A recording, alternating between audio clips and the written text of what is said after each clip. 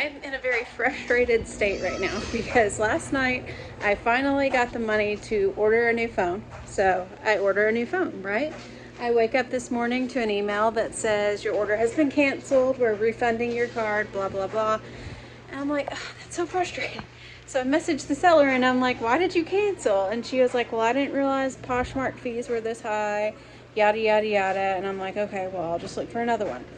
So I'm looking, for a good deal because phones are expensive. So I find one that's a good deal, but we're still talking like hundreds of dollars, right? So I order it on Poshmark again. It's a different lady. I do my homework about, whether they're a reputable seller, how many items they have listed, do the photos look legit, like all the things. You're looking at a lot of different specifications when you're buying a used phone from somebody. But I was like, oh, this is good. So I buy it. Immediately, that seller cancels my order. So now I have like $1,000 pending in my bank because, yes, Poshmark has refunded me, but it's going to take like 5 days for that refund money to actually go through. I'm so frustrated. Oh, that just put me in a bad mood, and now I'm just gonna pounce on whoever in my family comes and talks to me next. But no, we're gonna chill out. We're gonna take a deep breath. We're gonna thank the Lord that I have sufficient money in the bank to cover all of my necessities until that money is refunded. And you know what? It is actually a testimony to listen to the Holy Spirit, and it's kind of a kick in my tushy because when I was placing the order for that second phone after I got the notification that my previous order was canceled, there was something in my spirit going, I know this is a good deal, but I probably shouldn't order this right now, but I was too worried someone else was going to get it, so I ordered it, and look what happened. Look what happened. Okay, Holy Spirit, I am listening to you. I'm not going to let this steal my joy today, and please help me. Please forgive me for not listening to you, and please help this not to ruin my day or my attitude towards my children. Okay, I'm just gonna sit here for a minute, take a couple of deep breaths, and then we're just gonna continue on the day. Everything's fine. Everything's fine. Just got a lot of money tied up, but everything's fine. It's gonna be fine.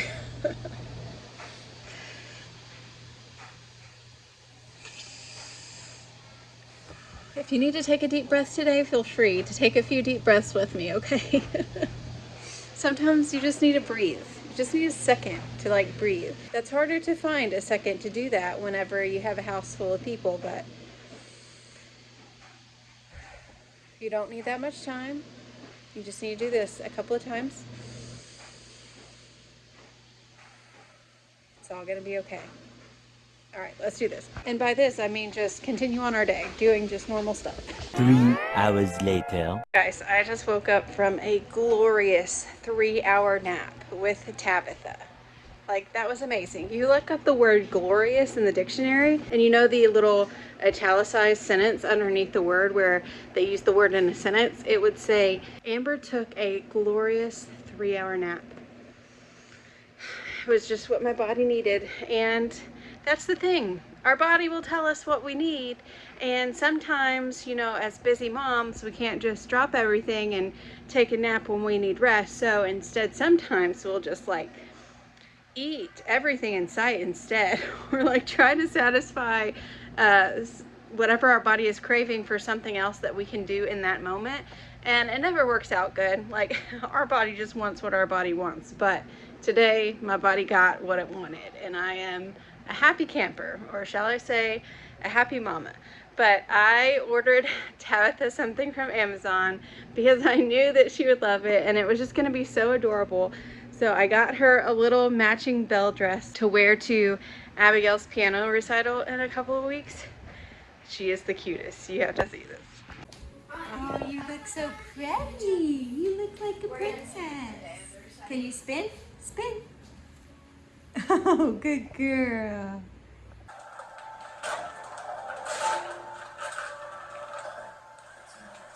Okay, so filming this. I'm just kidding. That was me filming this, but I do feel that way when I'm making what I'm making tonight for dinner. I'm like, I don't want to put that on there because then they're gonna know that I'm not doing the not processed foods anymore. Like, I'm totally failing tonight. But you know what?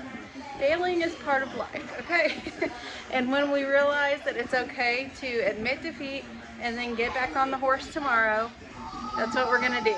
So tonight we are having chicken fries and taquitos because Keith is still not here and I didn't feel like making a huge dinner, even though I could have done something simple, but the most simple thing was just to pick those two things up at the grocery store yesterday and just get food on the table. So tonight we are going to be eating that. And yeah, I feel better about getting that off my chest instead of hiding that from you. This is what my kitchen table looks like when my husband comes home from a day of pawn shop and flea market hunting. So this is what we do. We sit down with the calculator and we go through and figure out how much money he made. How much money I make? Made. Make the. Possibly made. How much value I got is what it is. It is. That's not done. There's still more. Still more. So That's not all, folks. How much can I sell?